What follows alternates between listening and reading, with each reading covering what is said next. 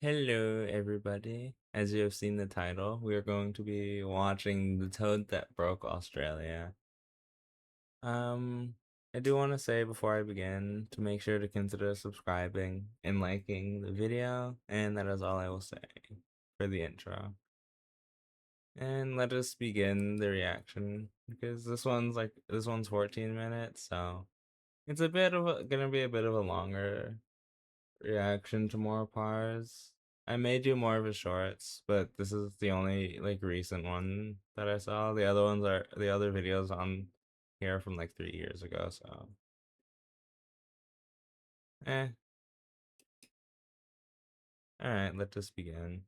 Australia is home to some of the deadliest animals on the planet. But what if I told you there's one creature they all fear?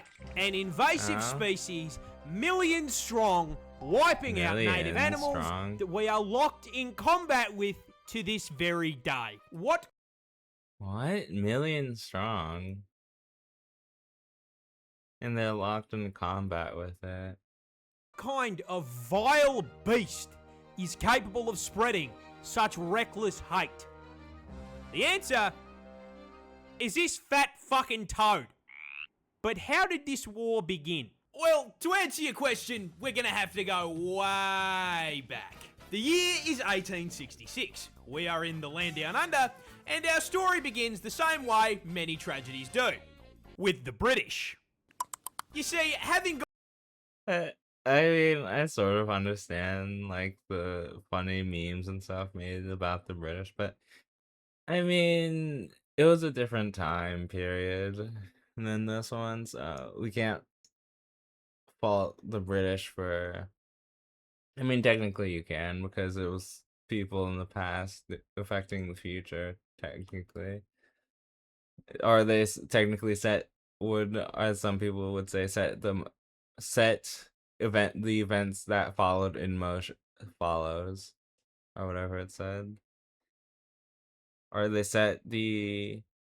they made it so the events that followed would come to pass, I think, or whatever it says. But yeah, you can technically blame them, but I wouldn't say blame the current. It's like kind of blaming the current people for something that happened years ago that they have no hand in, because, or blaming someone for something that they didn't do even though someone else that they knew did it, or something like that. I don't know.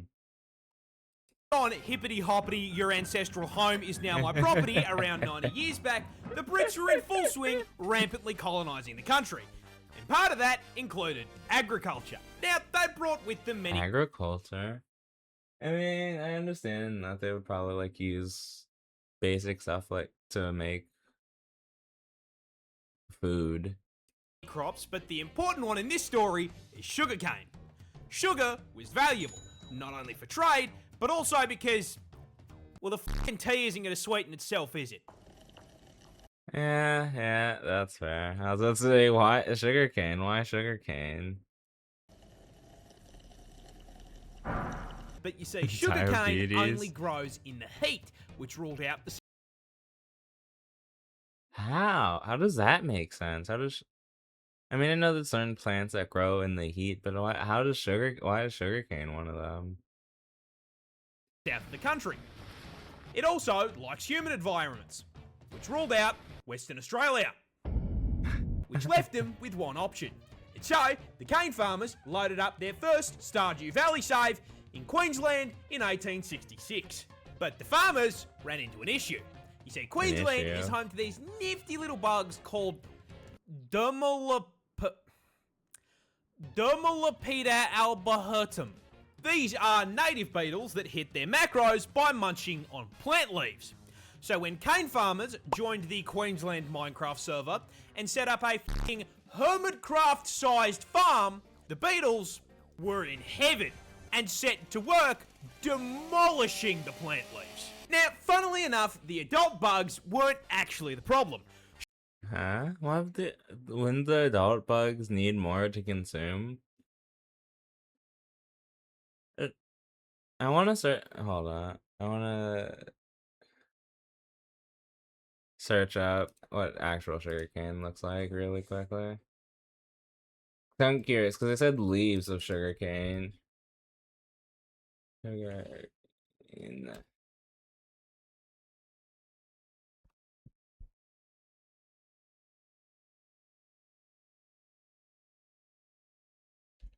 Sugarcane.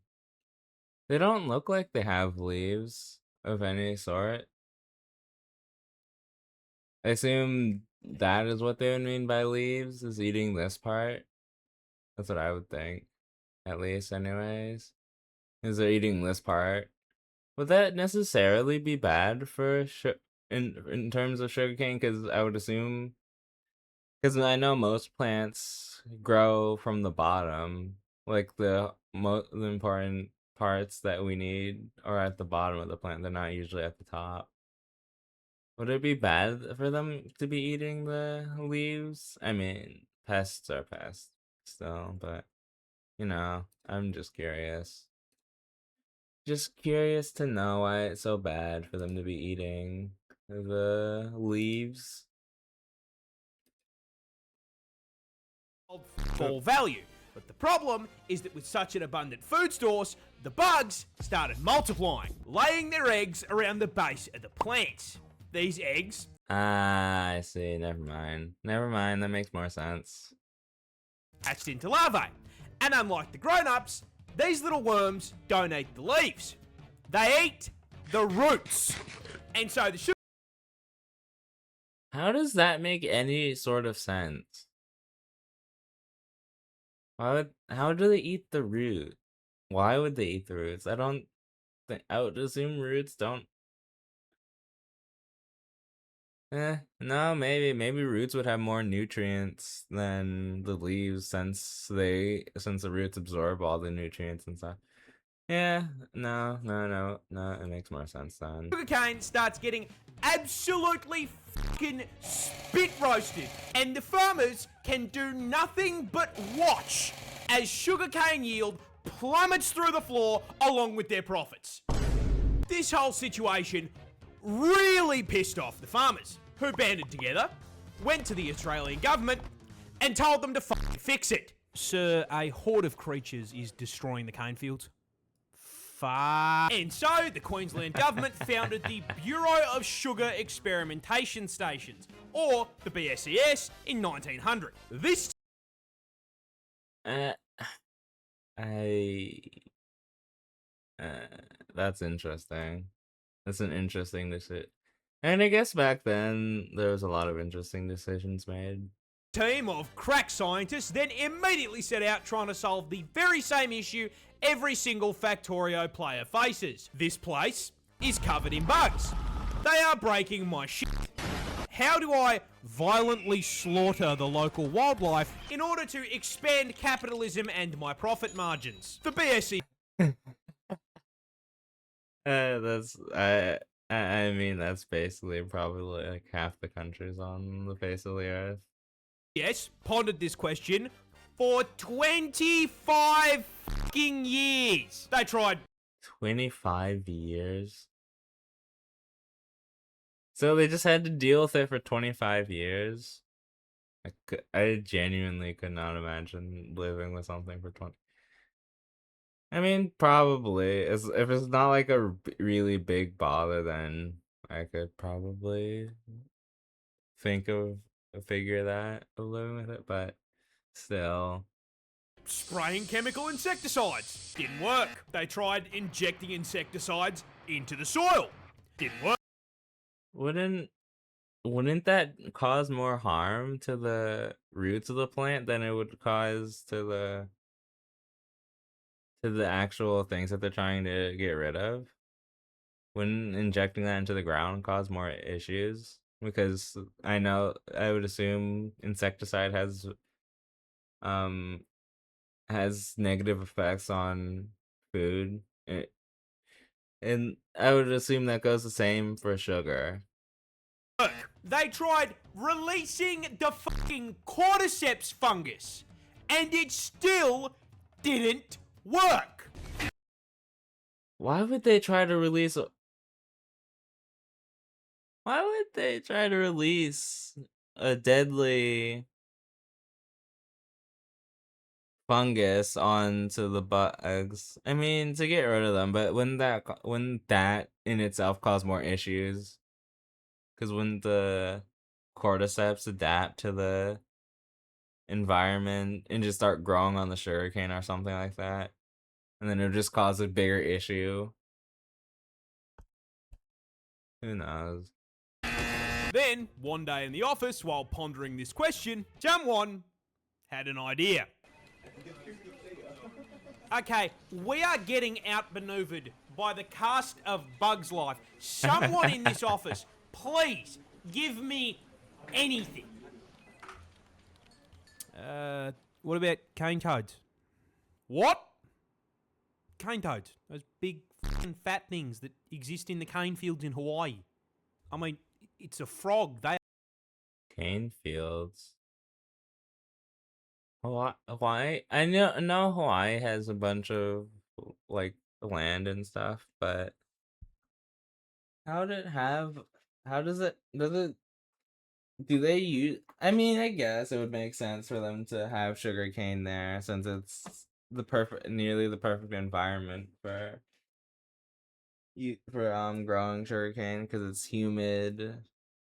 It's sort of It's humid. It's the ideal environment for planting sugarcane and sustaining it. I mean, besides the insects that would probably eat at it, but yeah. eat bugs. We just introduce an invasive species to fix a problem caused by an invasive species. I mean, Why? what could possibly go wrong? And so, in Everything goes wrong. June of 1936, 2,400 brave cane divers were deployed to the fields to deal with the arthropod menace. But there's just one small issue. Cane toads were fucking dog shit. Yeah, funnily enough, big, fat, slow, ground-dwelling toads were not exactly the smartest solution to deal with beetles that spend the majority of their adult life 6 meters off the fucking ground. Is that how high sugarcane can grow? Jeez, if that's true, then it just like towers over anyone. Even probably the tallest person just towers over them by like probably 10 feet, probably like over double their height. Anakin, I have the high ground. On top of that, cane toads don't dig for food either, so they didn't eat the larvae. Now this all sounds like information that should have come up during the research and study phase of the plan. This, however, implies that there was a research and study phase. The BSCS did not conduct a single fucking study on environmental impact before releasing an army of cane toads. Are you serious? How would... There's no way they should have been allowed to do that then if they conducted zero research on it. I mean, it's probably the same nowadays. They just don't conduct research before doing something that would irreversibly harm local life of an area. You fuck! This complete absence of brain cells caused a rather spectacular domino effect of ecological fuck-ups, and it's going to teach you a valuable lesson about invasive species. You see, while the cane toads barely ate what they were supposed to, they did eat. And as incredibly large omnivorous toads, they ate practically anything they could fit into their mouths. Rats, mice, Lizard. snails, baby birds. It was the toad equivalent of fucking Kirby. And then, not unlike the exact problem they were brought here to solve with all that food. They started reproducing. A lot. In fact, female cane toads can lay anywhere between 8,000 to 30,000 fucking eggs per clutch.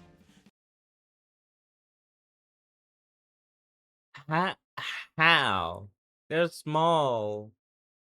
They're small animals. How can they lay that many eggs? Would all of them, I would assume some of them don't hatch due to various different reasonings, because because I feel like that many would imply that they have to, they're like not a good percentage, a good percentage of them wouldn't hatch due to environmental conditions or due to predators eating the eggs or something like that. I would assume so. But I mean, this should not be too much of a problem. Australia is home to some of the deadliest creatures on the planet.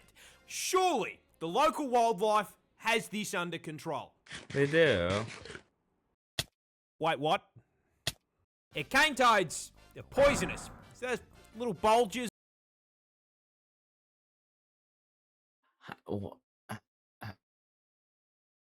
Are you serious? They're not only an invasive species, but they're also poisonous. This is the exact reason you do research. This is the exact reason you do research, to avoid situations like this.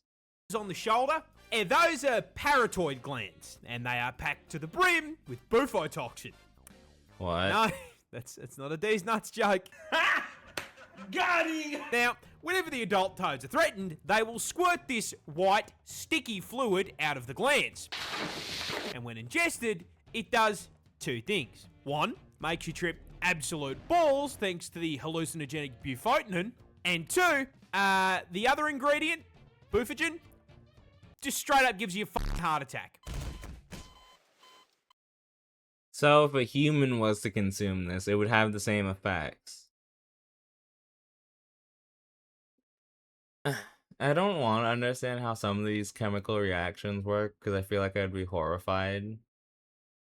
And I don't have any, like, I don't know. Would it be chemistry? No, it wouldn't. I don't believe it would be chemistry. It'd probably be something with the body. So, like,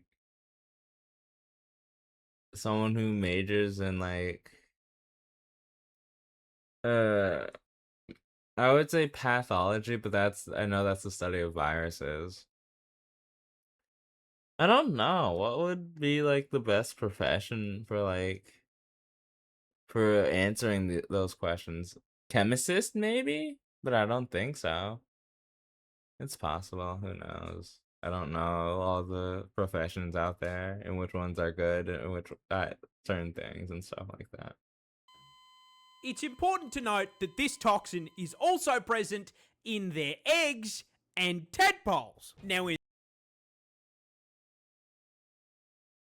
How can it generate that early in the tadpoles and eggs? You'd think they develop it on when they grow into adult, or like when they start growing into frogs, not when they have like eggs. Well, not in their eggs and tadpoles. I'd assume they had to like No, Hawaii wouldn't be that much of a dangerous place for them, would it?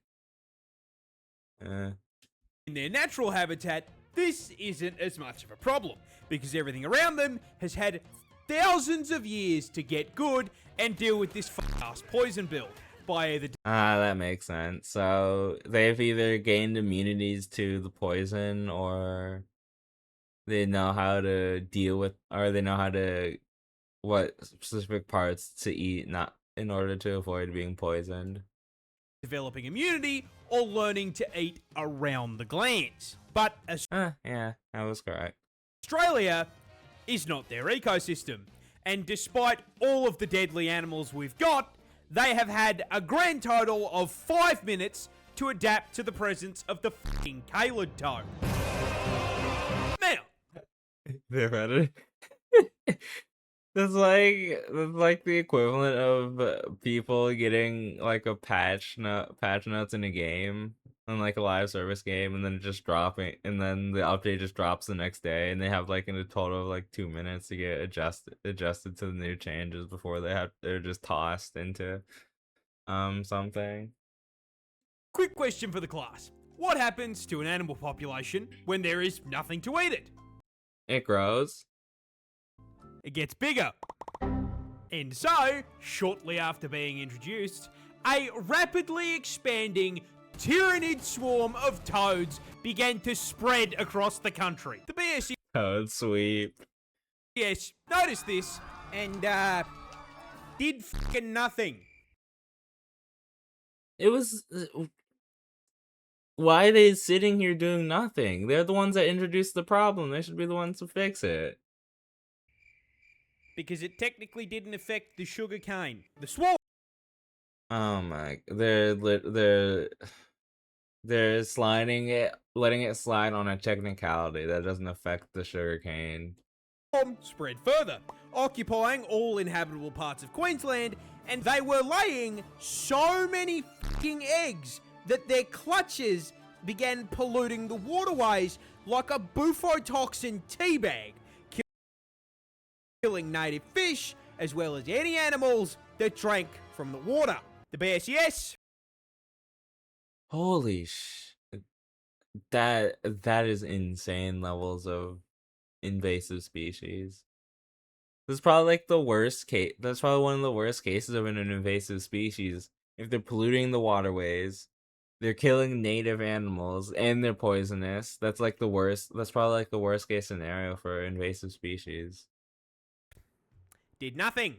Those eggs hatched into tadpoles, which started killing more fish. The BSES still did nothing. The swarm advanced, breaching into the Northern Territory and New South Wales. When questioned, the BSES insisted the toads were doing their jobs and everything was fine. There are no toads in the Australian wilderness. There's no Wharton bossing say. By the 1980s, the toads were now starving out or just fucking eating local wildlife and one-shotting anything that tried to eat them. And considering, at this point, there were 5 fucking million of them, that happened a lot. So 5 million toads. It was in 1936 that there was 2,400. In like 45 years, it went from 2,400 to over 5 million. Just think about that. That's like a massive increase. with local wildlife being absolutely fucking decimated, the BSES was forced to acknowledge that maybe, just maybe, Listen, We fucked up. we fucked up. but Yeah, they fucked up. oh well, everyone makes mistakes. Nothing we can do about it. No! They left it for the government to clean up. Sir, a second horde of creatures has escaped the cane field. Fuck! Yeah, they... Because couldn't, yeah, Australia probably doesn't have the same budget that other countries have, or they just have other priorities instead of just like spending it on dealing with the toads. They realised just how much damage was being done and in 1986 began funneling federal funds into controlling the population. Oh, never mind, I was wrong. They did start funneling money into the toads. They tried trapping and physically removing the toads, but unless they had 5 million traps, that wasn't going to do shit. Biological. Couldn't they make like mass traps for the toads? They could have built mass traps for the toads and just waited a couple days for them to get trapped in there. or something like that. Couldn't they do that? Warfare was proposed in the form of releasing viruses and parasites, but was shot down because it would do just as much damage to the native wildlife. And so, Yeah, that's true. Because the that is kind of crazy though. That biological warfare and parasites and stuff like that were suggested. I mean, it would more than likely help with getting rid of the toads, but it would also do major damage to the native wildlife and probably have them go extinct at some point. the toad front continues to advance to this day. So where does that leave us? Short answer is kind of fucked. Cane toads now threaten a total of 75 native species, and they've even 75? What? That 75 native species are in danger of extinction because of the toads. driven populations of animals like the northern quoll to complete extinction in parts of the country they infest. And with the population So I don't know how. I would assume they've driven a couple of species to extinction where they inhabit. That's fucked up, kind of. That they're just not, that the BSES is just not gonna do anything. They should. I'm gonna be honest. I don't know. I would assume that the Australian government dismantled B whatever the organization was for the sugarcane. I assume they dismantled that because they were kind of ineffective, and they ended up creating a bigger problem than they were tasked with solving. So they had to be dismantled, I would assume. now sitting at 200 fucking million toads, that infestation is spreading, with predictions showing they will be fucking up ecosystems in 5 states in the near future. Jesus. 500 million. Yeah, at that point, it's just kind of pointless unless there's like a way to mass extinct the toads, or mass move the toads, but I don't think that would be possible because even if you miss 2 of the toads, they would be able to do this. The same thing would happen over again. Because you'd have to get that's the thing with this type of stuff. You'd have to get every single toad. You can't if you miss you, and it's not it wouldn't be possible because given the size of Australia, it wouldn't be possible for them to be able to find every single toad. Because there could be some living here, there could be some here, there could be some in here. They could be all over Australia and no one would know because it's not possible to keep a track over all of them. And given that they have amassed a population 10 times the size of the humans in Australia, 26 million? Yeah, 26 million. 10 times. That's insane. the government has completely fucking abandoned the fight for eradication, switching focus to harm reduction, using bait toads covered in non-lethal but unpleasant substances to try to teach local wildlife that toad bad. On top Yeah, that's fair. Because, I mean, even you, at some point, you would see that it's kind of pointless to try and eradicate the toads if they're just like. If there's like 500 million of them, then what are you really gonna do if you just catch a couple of them? It's not really gonna do much. And their population is probably gonna explode even more. of this, Or even if you start catching them, they're more than likely gonna wise up to it after a while and start hiding. the government has encouraged the broader public to just fucking kill the toads. Yeah. Yeah, that pretty much tracks. I wonder if they do actually kill them, or if some people just leave them be. You are supposed to do it humanely by catching them and sticking them in a freezer for 48 hours, but Why would I want a poisonous toad in my freezer? Absolutely not. Just fucking use the trap. Honestly, I wonder if they would stick to like the small mouse traps that we have. Probably not. I wonder if they would stick to them though. Because if you do, just stick them to that and throw them into the trash. most people don't want a frog taking up their freezer space. Yeah. So they just use a golf club or a Yeah, that's something I would do. car. Driving in my car right after And with Yeah, that's 100% something I do. I'd probably use a golf club or something and just clean it off after every extermination.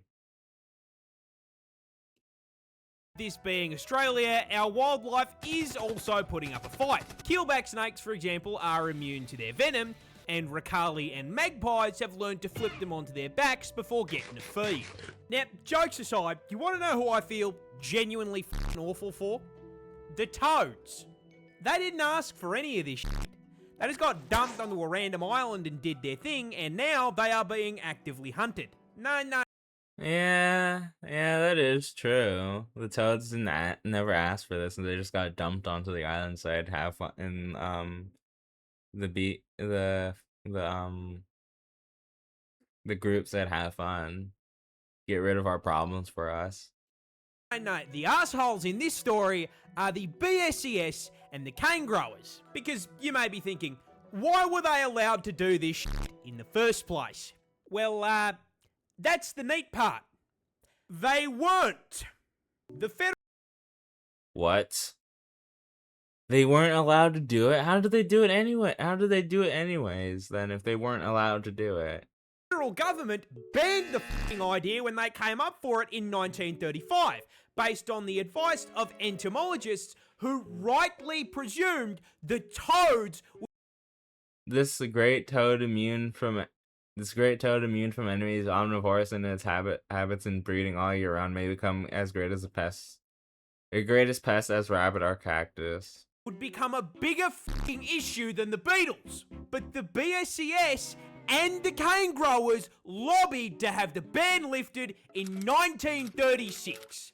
We are stuck in permanent toad combat because these dickheads looked at scientific advice and went, nah, you have got to be fucked. Are you serious? So I feel like that type of stuff should be outlawed in all countries. You should not be able to lobby to get something banned, a ban lifted on something. Certain things I would understand, like if they banned a certain, say if they banned a certain food and it's been proven that it's like healthy and stuff. I feel like that should be like able to be lobbied, but stuff like this, that shouldn't be able to be lobbied, and stuff that would be actively be harmful to the environment should not be able to be lobbied to have the ban lifted. Certain stuff like that should not be able to have restrictions lifted, because now Australia is in suffering, probably forever toad combat because of this I would assume government institution that was tasked with it, but man, that sucks. It genuinely fucking sucks for both the toads and the Australians, because technically neither one of them asked for that, so they're kind of just both stuck in like eternal combat because of the decisions of the cane growers and the BSES, I think, that got the ban lifted, and they just went on with the plan even though it was stupid, that they shouldn't have done it. They should have found a different solution, or just dealt with the Beatles eating the thing, which, to be honest, they dealt with it for 25 years. I'm pretty sure they were gonna be okay with it. And they could you can just import it from somewhere else. It's genuinely not that big of a deal anymore. I mean, I suppose at the time it was a big deal if they were losing some product, but it's not that big of a deal anymore.